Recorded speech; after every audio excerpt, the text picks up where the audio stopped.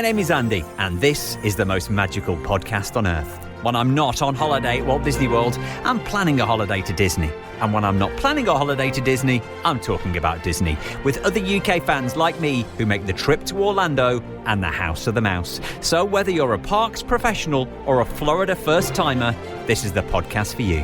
Each episode, I'll be chatting to other Disney superfans to share memories of their magical times, answering your Walt Disney World questions, getting you all the latest news from the parks, and finding out what's happening right now in Orlando. So get your ears on as we take you to the most magical place on earth. This is the most magical podcast on earth as part of the Secret Recordings Network, here every other week with everything you need to know about Walt Disney World. If we're getting into the school summer holidays very soon, maybe your trip is just around the corner. If there's anything you need to know, then make sure you subscribe to the podcasts. Brand new episodes every other week. Although this episode, I'm going to be filling you in on everything I got up to in Tokyo Disneyland. I think this episode may be a two-parter. And got a big giveaway. Never done a giveaway before, but some stuff I managed to bring back from Tokyo in my suitcase could be yours. I'll tell you how later on in this episode of the podcast. And still, we have everything you need to know about Walt Disney World. There are some big dates you need to know over the next coming months that I'll fill you in. We'll talk about everything that's going on as well, and answering your Walt Disney World questions. You can follow me on the socials. We are at PodMagical. The DMs are always open if there's anything you need to know. Like this one from Pete, who says, we are going back to Walt Disney World for the first time since 2018. Really looking forward to it, but I seem to have forgotten everything about when it comes to booking dining. Do you need to have a VPN to book your dining? What time of the day? I know it's 60 days, but what actual time of the day do they become available? Okay, for your Disney, your advanced dining reservations, 60 days before. That is when you can start booking. So 60 days before the first day of your trip, you can book for the rest of your trip up to 10 days. It says, well, it should be 11 a.m. That's UK time. So 11 a.m. 60 days before. However, I'd start looking about 11:15. So about 10:45 in the morning, 60 days before, because some of them, they do pop on a little bit early. And when it comes to VPNs, don't worry about that. You can go onto the app or onto the website. It's pretty much straightforward. You don't need a VPN. However, if you want to book something like a dessert party for the fireworks or special experiences, you may well need a VPN. But as for your actual dining plans, your actual dining reservations, it is, I'm going to say 10:45, 60 days before. Try from 10:45. Definitely by 11 o'clock. But if you want to get the really hard ones like Space 220 or maybe the new Pirates Lounge that's opening in Magic Kingdom, that's going to be hard to come by. Make sure you're on nice and early for that. And again, I always say, if you know a reservation is really difficult to get and you're going to be there for a few weeks, then try and get that reservation towards the end of your trip, because you're a bit of advantage. So maybe in the second week of your holiday, there's going to be more availability there. Good luck with that. Let me know what you get, and then we'll get you on the podcast when you get back.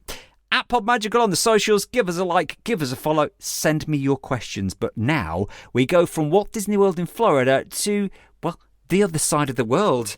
I got a very big Japan travel update as part of my 6 Castles tour.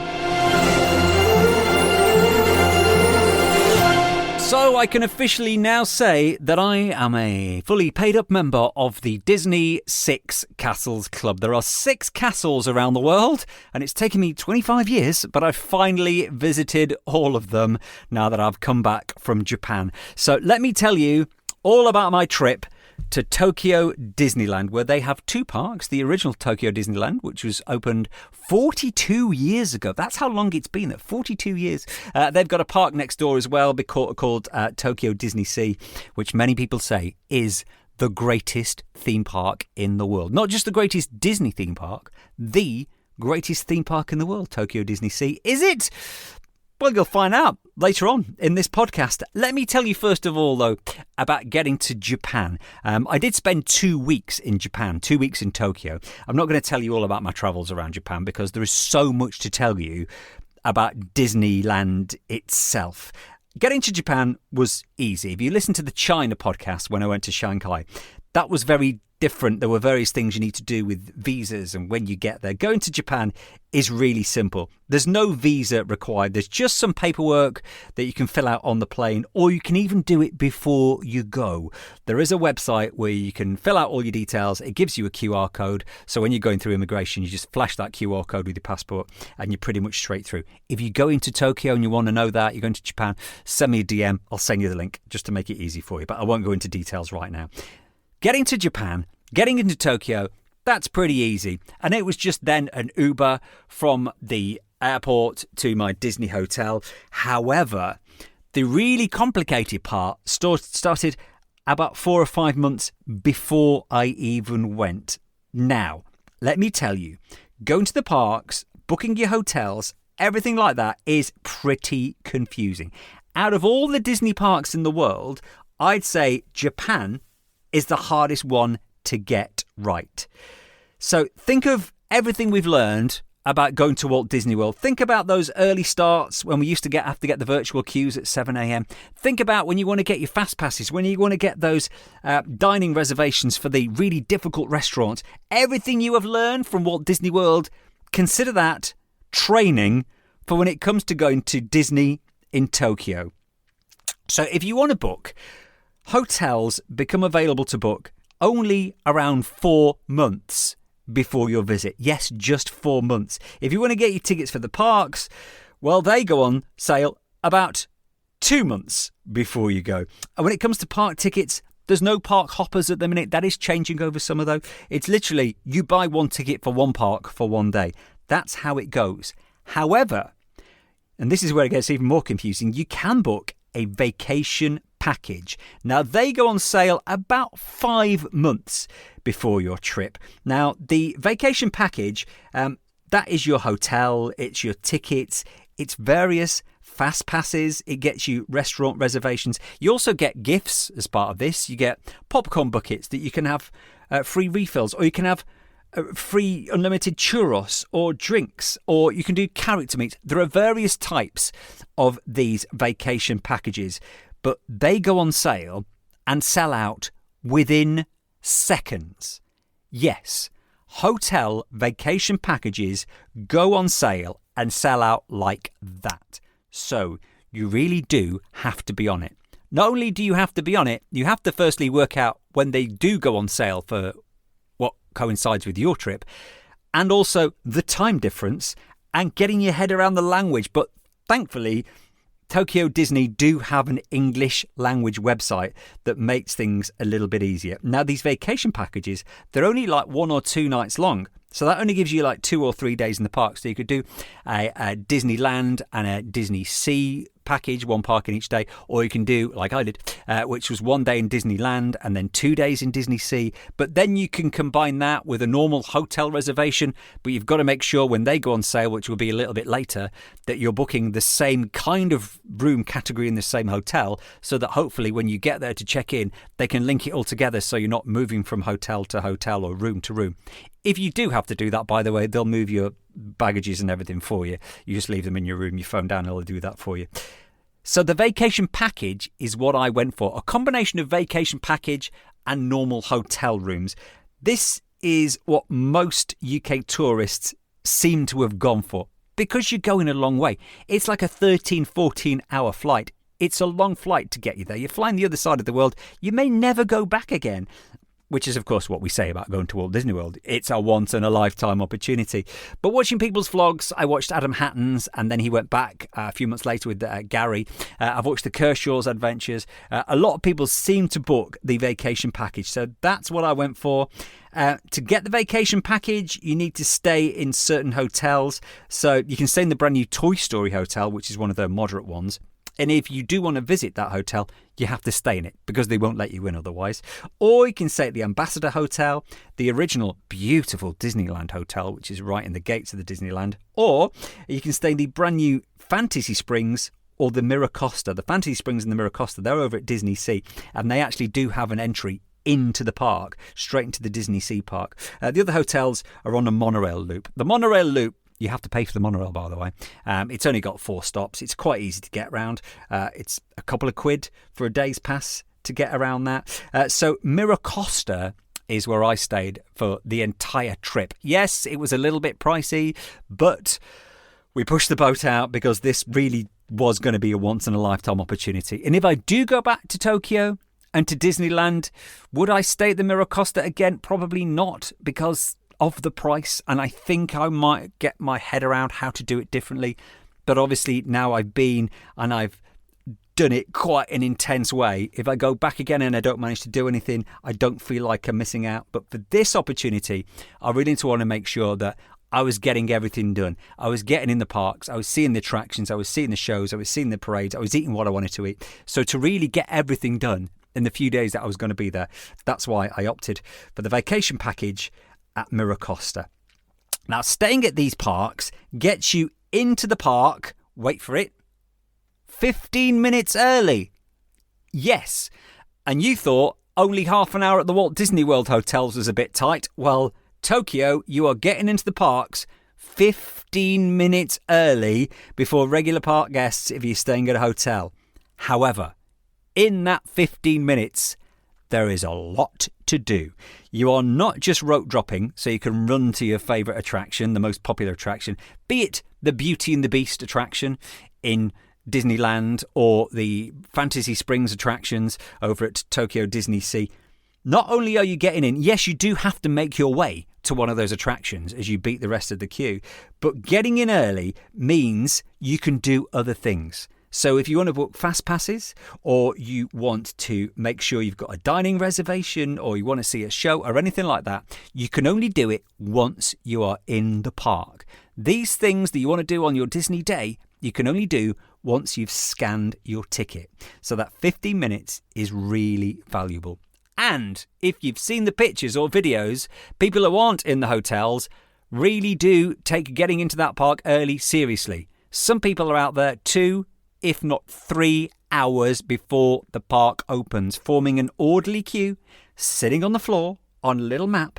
And let me just tell you that those queues in that 15 minutes, everybody who is queuing from a hotel will get through into the park before regular guests. That queue moves really fast.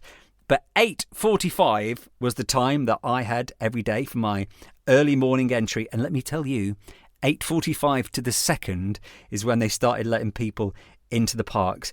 Before they open the gates, by the way, the characters come out, which is really cute. If you're in the front of the queue, Mickey and Minnie and Chip and Dale, they came out to wave us in, and they were kind of like hanging around, I think probably to break the queues up as people got in the parks, because suddenly you're distracted going, oh, actually, I'm not going to run to this attraction. I'm going to have my picture with Mickey instead. But that 15 minutes really does get you in to beat the queues in more ways than one. So, you make your way to the busy attractions, but once you've scanned into the park, you can purchase your first individual fast pass. Yes, you still have to pay for fast passes for some of the big attractions. Now, you can only book one, and then a couple of hours later, you can pay for your next one. So, find out which of the attractions that are going to sell out fast, because they do. Like the first hour or so, some of those attractions, the fast passes will be sold out, and the queues, they can get to like 3 or 4 hours. So the first thing you're probably going to do is pay for your first fast pass. However, the second thing you're going to be doing in this 15 minutes, as well as still walking to the attraction, you're going to be trying to get a free fast pass, because something that they introduced 2 years ago for the 40th anniversary was free fast passes to certain attractions. There's about 6 or 7 attractions in each of the parks. So you can get your first fast pass, you can get into that for free. And once you've done that, you can get your next one. Yeah, I know. Free fast passes in a Disney park. So you got your free fast pass, you got your paid for fast pass. The next thing to do is you want to get into one of the shows. The shows in the parks, which I will go into more details later, are incredible. But if you want to see them, you can't just rock up and stand in a standby line. No. You have to get into a lottery. So there's about 6 or 7 performances of each show every day. To get into the lottery, once again, you go into the app, you find the show you want to see, you select a time, and you enter the lottery. Now, you've only got one shot at doing this. If you're not successful, you can't pick another time. You need to decide which time you want to go. Bear in mind, you've got parades and other shows and fast passes and restaurant reservations all lined up, so you've really got to think about this. You enter the lottery, it will tell you straight away whether you're in or not. If you're in, great. You've got a guaranteed seat for the show. If you weren't lucky, don't worry, because you can still buy your way in. Of course you can. This is still Disney. So, we've got our Fast Pass. We've got our free Fast Pass. We've got our show ticket. The next thing we want to do, maybe, is get something to eat. Because, yes, they have mobile order. But again, that will sell out. And some restaurants will only accept mobile order. If you want a rice bowl that looks like Duffy the Disney Bear, then you better get that virtual Fast Pass queue to get you into your mobile order. So all these are the things we've got to do within the first 15 minutes of getting into the park. Now, on my first day at Disneyland, actually my second day at Disneyland, because my first day, by the time we landed at like 7:30, we were at the hotel at 10 a.m. We're like, now what we're going to do? So we just bought a day's ticket for Disneyland, which was about 40 quid, by the way. The day tickets are so much cheaper than any of the other parks. But my first actual day of experiencing the 15 minutes early, I managed to do all this as we were walking to our first attraction, the brand new Beauty and the Beast attraction at Disneyland, only to get there to find that the Beauty and the Beast attraction was down. At this point, we were about 12 minutes into our 15 minutes. What do you do? What do you do? Where do you go next? I hadn't really thought about this. This was my plan, was to go to Beauty and the Beast, but it was down. So the next best thing was go back to the front of the castle and get your castle picks, because everybody else is going to be rushing to an attraction. By the time we got to the front of the castle, the rest of the park was open to regular day guests. Let me tell you about the attractions, because in Disneyland, let me just talk about Disneyland for the minute. Disneyland, a lot of the attractions are the same. Pirates of the Caribbean, it's great. It's the same. It's similar to Paris. It's similar to Florida. It's nothing like the Shanghai Pirates. That's completely different. But yeah, Pirates, it's pretty much the same. They still have Splash Mountain, the old Splash Mountain with Bear Rabbit. He's still there. Country Bear Jamboree is kind of still the old one, but they have various Country Bear Jamborees. It changes theme throughout the year. So that when I went, they were on vacation. I didn't really understand a lot of what they were saying. I was trying to use my Google Translate as the Country Bears were chatting. There was a joke in there about getting lost in Shinjuku Station in Tokyo, which everybody else seemed to find hilarious. Some of the songs, by the way, were in English. They sang Achy Breaky Heart. They did a Beach Boys song. But I do love Country Bears.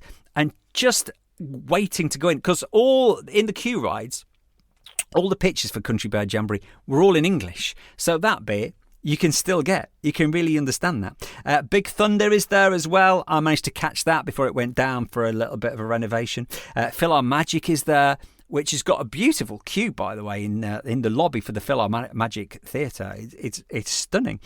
The show itself, exactly the same, just in Japanese. They got Pinocchio, they got Snow White is on there. Dumbo they've got, which strangely is in Fantasyland, but so is Haunted Mansion. Dumbo is in the front of Haunted Mansion in Fantasyland. Odd. Haunted Mansion, just the same. They've got the teacups. Oh my word, they've got Small World. Now, Small World at the moment in Tokyo Disneyland has been taken over by Groot.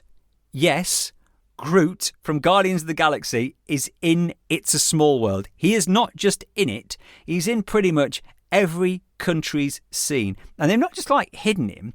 Like, I think if you've been to California, in the Small World over there, they've got Disney characters in It's a Small World. Well, they've still got that as well, but they've got Groot in only for a short amount of time. Not just Groot, they've got other characters as well from Marvel. So there's a massive Hulk in there.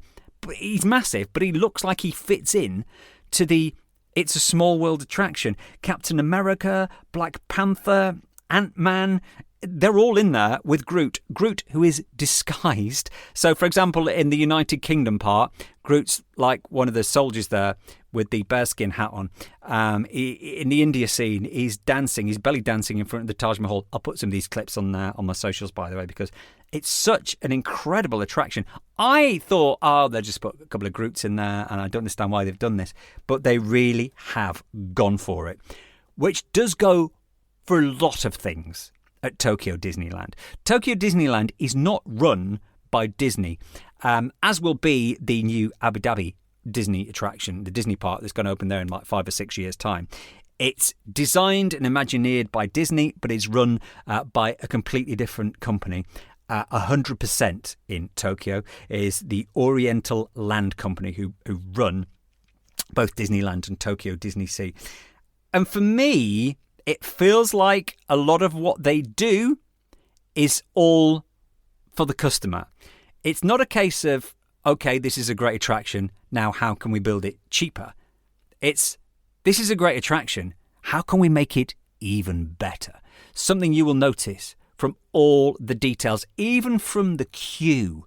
The queues are just different. They have taken plussing attractions to the next level. They've taken immersion to the next level. I'll talk about Fantasy Springs later on, which is the newest part, but it's incredible. It's beautiful. The Anna and Elsa attraction over there, every part of that queue ride in the castle, you are in the castle. You look up, even the roof, even the ceiling, even the gardens that they put through a window, they've built the window, they built a garden beyond that. They didn't have to do that. They've really gone next level. It feels like they're not cutting costs anywhere. No cost is too small. Imagineers are just let run wild, which is what they've obviously done, and it's a small. They've gone, right, we'll put Groot in there. Go for it. Go for it. Go over the top. Do it. So It's a Small World at the minute is Groot. They've also got a Monsters, Inc. attraction where it's kind of a little bit like Buzz Lightyear. They do have Buzz Lightyear as well, by the way, but that was down. Space Mountain was also... Space Mountain wasn't closed. Space Mountain was demolished. They're building a brand new Space Mountain. But yes, they do have a Monsters, Inc. attraction. It's a bit like Buzz Lightyear, but rather than shooting, you're given a torch and you have to find the little monsters as you go through the attraction. It's a dark ride. It's really good. Also, they still have the Tom Sawyer Island. I know that's going at Walt Disney World. It's not been filled in yet over at Tokyo, so you can get the boat and you can go over there. You can even do the rowboats, which I think they have in California. They definitely have them in China as well. Something that I've never done. I don't want to go to a Disney park and go on an attraction and row it myself. Why would I want to do that? So there's some of the bigger attractions at Tokyo Disneyland. However, the big three attractions, these are my favourite three attractions. This is just in the Disneyland park I'm talking about in a minute. Firstly, you've got Pooh's Honey Hunt. Now, this is not like the other Winnie the Pooh attractions in the other parks. It's similar. It's a similar story. However, this is a trackless ride. I think it was one of the first trackless. They actually built this at the same time as Tokyo Disney Sea opened, because they opened this new park. They didn't want everybody just to go to this new park. So they wanted an attraction at Disneyland which would still keep people coming in there as well, which is why they built Pooh's Honey Hunt. And incredible. So you get into the little honey pot, and when you're in the scene with Tigger and he's bouncing, you're bouncing like the car is properly bouncing. You've got the screens there in front of you. Pooh is flying over the top of your head. Winnie the Pooh, I'm still talking about here. You go into the other attraction. You know the little room where it goes a little bit trippy, the Oozles and Woozles room. You're flying in that. And I did this attraction like 2 or 3 times. And when you were in that room, it was different every time, because there are different parts of this room where different cars go. And you're kind of like whipping round. Pooh's Honey Hunt, a totally different experience of doing that Winnie the Pooh ride. Just incredible. The other, and this is the newest attraction they got at Disneyland, which is the new Beauty and the Beast ride. Now, you might have seen this a couple of years ago when it first opened. The animatronics are just stunning. In fact, before you go into the attraction, the queue, I hadn't seen the pre-show for this, and it blew me away. So I was there, standing at the bottom of the staircase, just waiting for something to happen, and you're watching the story being told in Japanese, but because I know the story, I'm seeing the images, so I know what's going on. And then, either side of this staircase, you can hear footsteps, and Belle appears with this light, and then the Beast appears from the other side. The most incredibly detailed animatronics just in the queue. Just in the queue. And then you're walking back through the castle and you're seeing Mrs. Potts talking to Chip. Then you're seeing these shadows being cast on another wall. And you're seeing details as you're walking down through the Beast Castle. The immersion, again, just in the queue. They didn't have to do that, but they did. The ride itself, okay, I'll be honest. The first time I went on the Beauty and the Beast ride in Tokyo, I thought it was okay. Maybe I didn't quite connect. Maybe I didn't get it first time round. In fact, I thought it was a little bit boring because there are only, I'd say, 3.5 scenes. So you get into the teacup. So there's about 10 people in this huge teacup. And the first room your teacup goes into is the Be Our Guest scene. So you're dancing around the table. So you go in the room and Belle's sat there. Spoiler alert's coming up, by the way. I should have said that at the beginning. Belle is sat there at the table and there's nothing on the table. And then suddenly your teacup turns round to Be Our Guest, and then suddenly the table is fully decorated, and then your teacups dance around the table. Really cute. I love it. Really fabulous. And then you go into the next scene, which was a little bit boring. It was just Belle and a horse. Animatronics were great, and she's singing, and the Beast is over there, and he's on his balcony, he's singing, and you're just kind of like, you're just whipping around in these teacups. And then you go through another scene, which is the transformation scene, which was incredible. I think this was old school Disney technology that they've used for the transformation scene with mirrors.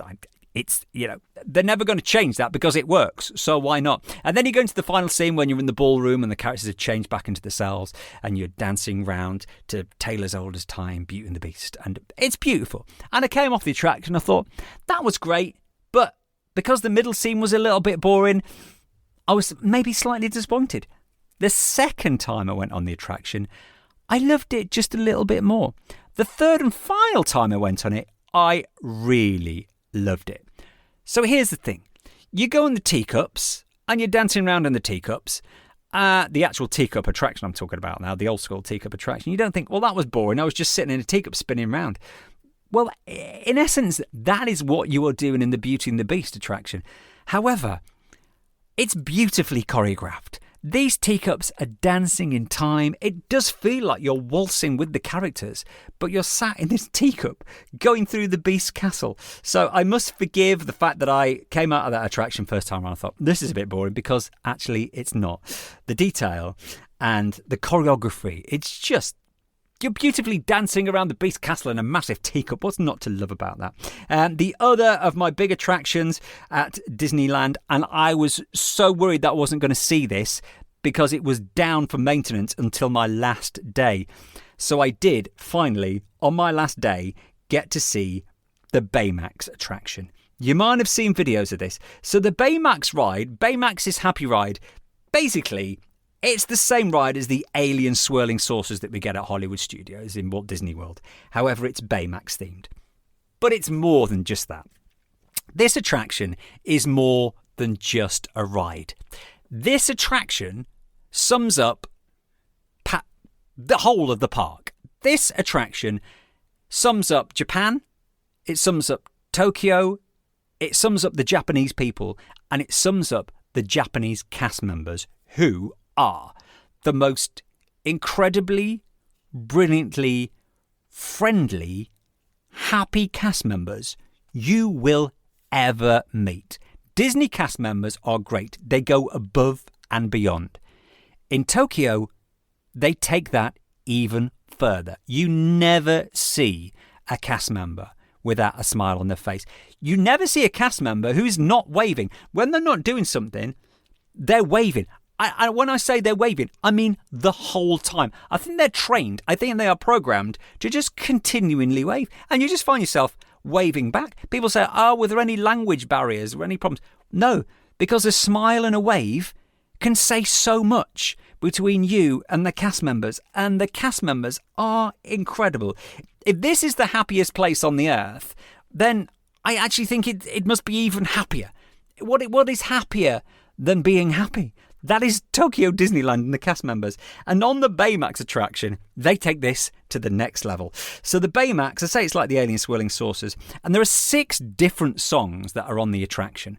However, there's not just 6 songs, because every song has got its own little dance routine that the cast members on the attraction will not just do, they will go beyond. They will be bouncing around in their little podium. So they'll make sure you're in the attraction. They'll make sure you got your seatbelt on. They'll go back to start the ride. And when that ride goes, their arms are waving. They're jumping up and down. They know every move to all 6 of the songs, and they really go for it. But it's not just the cast members. There's a lot of regular visitors who also know these routines. Some people will just go to the attraction, not to go on it, just to be in the queue to do the dance moves, or stood around the side. And I think, actually, this is my favourite attraction at Tokyo Disneyland. Not because of the attraction, but because of the people who go on it, and particularly the cast members who give this attraction such a vibe, such a party. And I'm thinking, I don't know how many hours these people are working on this attraction, doing song after song after song, and it is like they're first at the party for the first time. But it's not, because they've been doing this for hours, days, weeks, months, maybe even years. I will share this on my socials. I'll share one of the videos. I tried to film it without filming people's faces, because I know Japanese people have particularly a lot of privacy. So I've tried to film it where people are either not facing the camera or they've got a face mask on. So yeah, I will share that with you, because the Baymax Happy Ride is the happiest ride in the happiest place on earth. But again, it's the cast members who completely make it. So they're the attractions. We have shows. I mentioned before, if you want to get a ticket to a show, you've got to enter a lottery or you've got to pay for it. If you win that lottery, you don't just get into the show and find a seat. You're actually given a seat. This goes for the parade as well. You will be given a seat number. You will be given row 19 seats A and B or something like that, and they will be your seats. And these theatres are full. And these theatres for the shows, these are actual theatres. You're not sitting on a cold steel bench watching something. All right, maybe one of them you are. But for some of the shows, they've actually built full-on Broadway West End theatres. You walk in, you've got the lobby, you've got the foyer, you've got the stalls, and you've got the gallery, and you've got a full-on stage that goes deep back. Mickey and the Magical Musical World is the show that they've got in Disneyland. The show itself is incredible. I couldn't film any of that, and I didn't want to be honest with you. But you've got Mickey and Minnie and Donald and Goofy going in to various shows, and there's a ship that comes on the stage, and princesses who walk through mirrors, and there's a huge piano that they go into. The staging is incredible. It's better than anything I've ever seen in a Disney cruise line, and those shows are great. So imagine those shows and that theatre in a theme park, but it's more like an actual theatre. So Mickey and the Magical Musical World is the big show. They've also got Club Mouse Beat, which is kind of like an outside theatre where you've got Mickey Mouse and various dancers and Donald going for it. I think there's a story there. I don't know what it was. That was a great show. That was a big party show. In terms of parades, oh my word, there are so many parades. So we have the actual normal parade in the afternoon, Harmony and Colour, which has got just the most incredible piece of music that goes with it. It sounds very Jonas Brothers. I need to find out who wrote and recorded that, because it sounds like the Jonas Brothers. It's a good parade. Over at Tokyo Disney, they will do a parade for a few years and then they'll change it for a new one, because, you know, we get bored. I'm thinking they obviously get a lot of repeat visitors, which is why they do this. But I'm talking to you, Walt Disney World. I know we're getting a new nighttime parade, but what about the afternoon parade? Yes, I love the afternoon parade at Walt Disney World at Magic Kingdom, but I've seen it now. I've seen it. I saw it years ago. It's time for a new afternoon one. Do what they do at Tokyo. And also what they do in Tokyo as well. If it's raining, there's no rainy day parade. Oh no, the characters whack on a poncho and they get out there and they do the parade anyway. In fact, if you get to go to Tokyo, you should hope for one, maybe half rainy day, because also the characters come out. They've got particular costumes they only wear when it's raining. So I met Minnie Mouse on the day it was raining. It was tipping it down. And she had like this fabulous raincoat on and a rain hat. Great. And they only wear those on days when it's raining. So yes, we've got the afternoon parade. We've also got a nighttime parade, which is the electrical parade, the Main Street electrical parade they have in there, which again is just incredible. Yes. 2 parades? No. There's more than that. Because when I was there were two Donald Duck parades. One of them I didn't see. Coincided with Donald Duck's birthday, so there's a bit of a Donald parade in the morning, which I think was quite small. However, there was also another Donald Duck parade. The whole of Disneyland Tokyo was taken over by Donald Duck. It was Donald's Quack Quack Duck City. Now, every few months, a different character is celebrated. They get their own parade. And the hub, the entrance and down to the front of the castle, is completely rethemed. Oh, the Main Street, by the way, the Main Street in Disneyland is undercover. It is still Main Street, but not like Paris, where it's kind of undercover at the side. The whole thing has got a massive canopy over the top. So parades will only go round. They go from like round Frontierland through to Toontown, because they've got a Toontown there as well with Mickey and Minnie's house. But they only go round the front of the episode. They won't actually go up Main Street because that's kind of like closed off. It's all pedestrianised, if you like, and undercover. But yes, Donald Duck had his own parade. But you go in and the bins are themed to Donald Duck. The manhole covers are themed to Donald Duck. There's Donald Duck topiaries. The big entrance where you usually have the big Mickey made out of flowers, that was Donald Duck. In fact, I haven't seen Mickey and flowers in any of the Eastern parks, because Shanghai was Minnie Mouse and Hong Kong was Duffy the Bear. Over at Tokyo, because it was the celebration of Donald Duck, he'd taken over the front of that. But there was Donald everywhere. But when he gets his own parade, Donald's Quack Quack Duck City We Love Donald Parade, it's bonkers. Absolutely bonkers. People were queuing for this. People were sitting on the floor like hours before. And they do this in Tokyo, for the main parade as well. People will sit on the floor and wait. Now, I'd seen this before. And again, you can buy your way in to get a reserved spot for the parades where you will have to sit on the floor. I didn't want to sit on the floor. It's very much a Japanese thing. They'll bring their own little mats that they'll sit on. They'll queue outside to get in, and then they'll come in and they'll sit on the floor. Not for me. I'd never get up again. But you can stand. And in fact, if you're going to go and see the parade, just get there about 10-15 minutes before the parade, and you are allowed to stand behind the people sitting down. It's totally fine if you want to do that. That's totally fine. And to be honest, you get a better view because you just stood above loads of people who are sitting down. They don't sit down and when the parade starts, stand up. They will stay seated throughout the parade, which they did for Donald Parade. All the characters were in this Donald Duck Parade. They were all dressed as Donald. There was songs. You could buy a little duck on a stick that made a quacky noise that people were shaking at Donald. So we had a birthday parade, we had a Donald Parade, we had an afternoon parade, and then we had the electrical parade at night. However, this is now where Tokyo Disneyland lets me down a little bit, because the nighttime spectaculars weren't really that spectacular. I waited for the fireworks. Now, there were two nighttime spectaculars. The first one was just the fireworks, which was called A Sky Full of Colours. So they used the same song, the same brilliant song that they had in the parade, and they have fireworks, but it's shared between the two parks. So the fireworks go off in between the two parks. They're not behind the castle. So really, when it started like 8:30, wherever you were in the park, you could just stop and look, because there's no projections on the castle or anything like that. It's kind of like the 5th of November at your local council display. That's probably the best way to describe those fireworks. And they were fine. They were like 4 or 5 minutes long. They were quite nice. The fact you don't have to stand for an hour before and then there's going to be somebody with a kid on their shoulders. That doesn't happen, by the way. Kids on shoulders doesn't happen over in Tokyo. And then we stayed on the first night for A Sky Full of Colour, which was pyrotechnics and it was images projected onto the castle. It was 25 minutes long.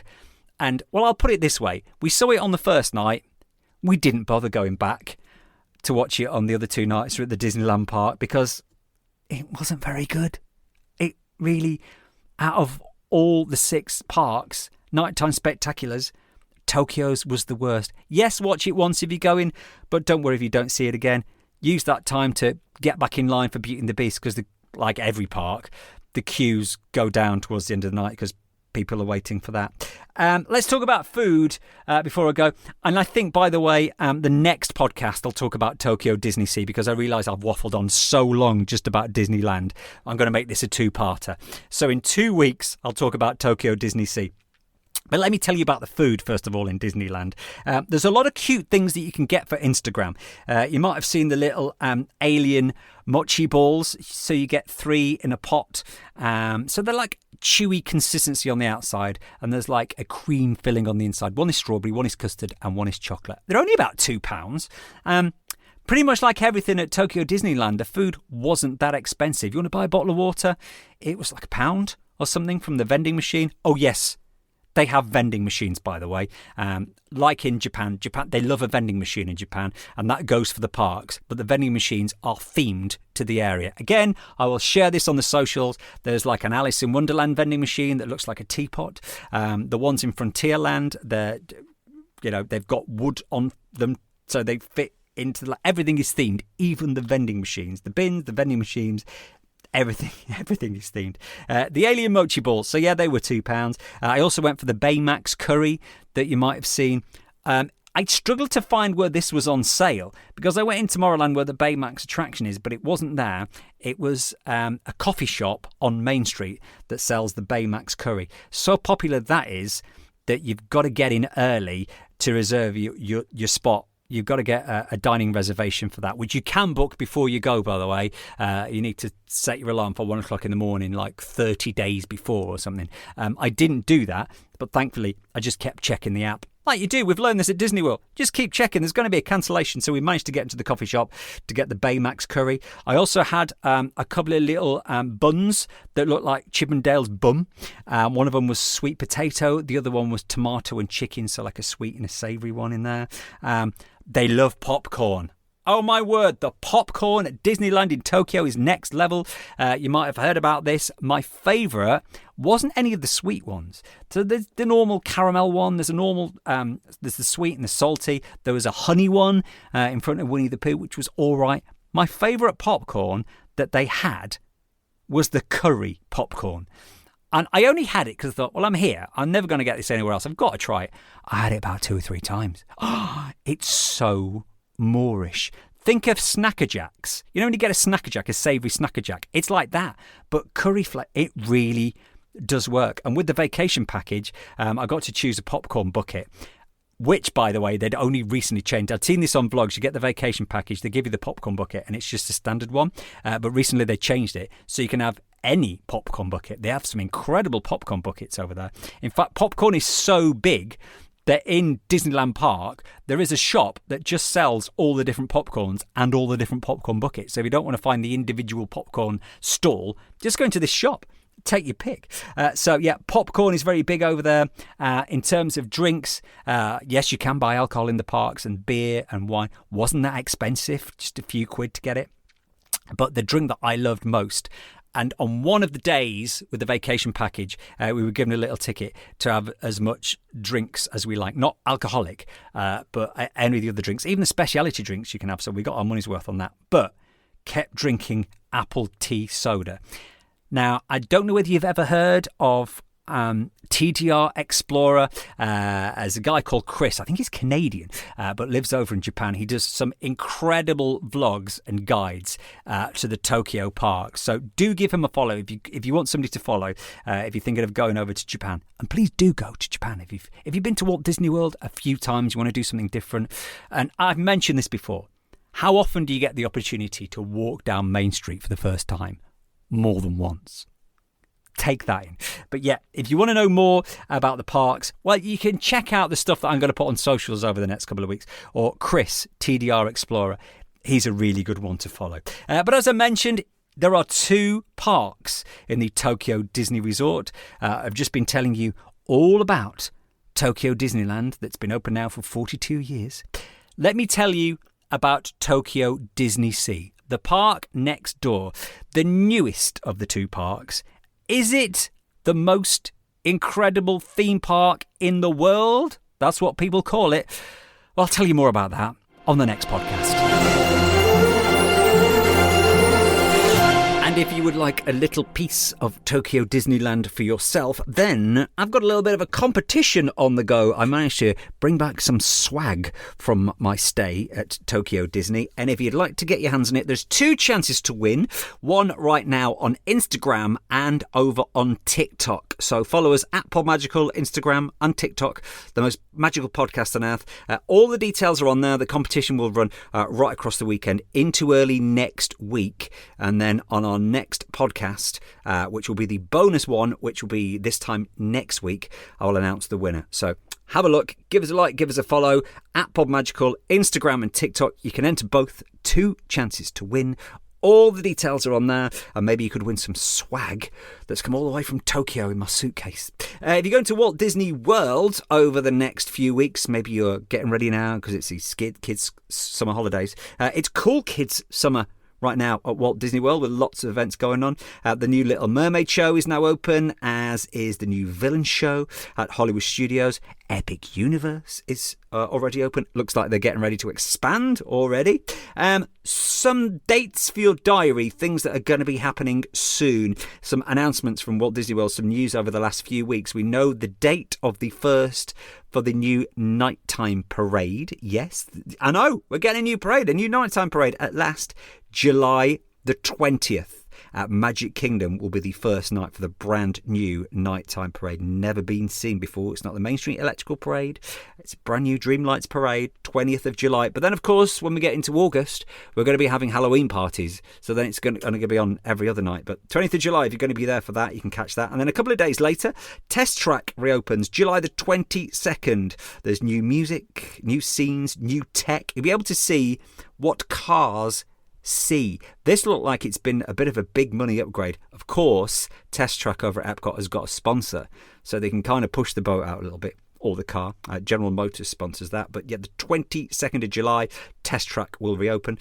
Things that have already closed, Muppet 3D, that's now gone. We'll have to wait until next year until Muppets take over Rock and Roller Coaster from Aerosmith at Hollywood Studios. Of course, that land where Muppets was, and Rizzo. That's going to be Monsters Inc. land over the next few years. We'll see the building work starting pretty much very soon. More building work over at Magic Kingdom to make way for Villains Land and the Cars attraction. Tom Sawyer Island and the Liberty Square Riverboat, they will close on July the 7th. Your last chance to visit Tom Sawyer Island. Maybe you've never been. Or you can go to the one in Tokyo. And the riverboat will stop from July the 7th. We know more about Piston Peak, which is going to be taking that bit of land over there. Inspired by the Rocky Mountains. This is going to be like the Cars attraction. Imagine awe-inspiring wilderness filled with towering trees, snow-capped mountains, breathtaking waterfalls, roaring rivers, and an impressive geyser. So that they're keeping a lot of water there by looks of where this Cars attraction is going to be. And I think it is going to be blending in with Big Thunder that reopens next year, and with Tiana's and the American Frontier down there. And I think, because I was worried about, are you going to get cars just roaring past the Haunted Mansion? I think that's going to be kind of like disguised. They seem to be keeping a lot of water there as well. So from the images they've given us, it looks pretty impressive. Piston Peak. So as I say, yeah, Big Thunder will reopen next year. The railway is going to be kind of revised while they do all the building work behind there. So it's not going to be a full loop, but you still can get on the steam train that goes around Walt Disney World. It's just not going to go all the way round Magic Kingdom. And then Animal Kingdom, building work going on there as well. So the Boneyard, which is the kids' play area, that is going to close forever on September the 1st. Of course, that part of Animal Kingdom will make way for Tropical Americas. So all of Dino Land USA will be eventually replaced. I think the dinosaur attraction is still going to be open for a little bit longer. So if you're going to Walt Disney World over summer, some things you can do for the first time and also the last time. And here's a tip for you. Mission Space. Yes, Mission Space. Did you know it's got an indoor play area? So particularly good if you are going to be going over summer. July, August, September, it's really hot. So if you've got little kids who want to burn some energy and you could do with a little bit of air conditioning, have a look at the Mission Space indoor play area. You don't have to do the attraction to go in there. So if you go kind of where the exit is, you always exit through a shop. So if you go in through the shop, you don't have to go on the ride, but the Mission Space indoor play area is there. Maybe you just want to have a look. A little bit of air conditioning. If you are going to be going over to Walt Disney World, obviously school holidays for America right now and UK pretty soon. Temperatures are incredibly hot. I mean, there's some days they begin up to the high 90s. So busy. It's going to be hot. Pound to dollar's pretty good, though. We're looking at like a 3-year high, 1.36. It's hovering around at the minute. So, yeah, not looking too bad. If you're going to be going, tag us in your pictures, and then maybe we'll get you one when you get back. Yeah. Make sure you like us on the socials at PodMagical. That's where you can enter that competition on Instagram and TikTok for the goodies from Tokyo. There will be another bonus episode, part 2, of my Tokyo trip, more about Tokyo Disney Sea in a bonus episode, which will be in around a week's time. And then 2 weeks today, back to our normal podcasts. Okay, so if you want more from Tokyo, then next week, just make sure you subscribe. Everything will be there if you subscribe.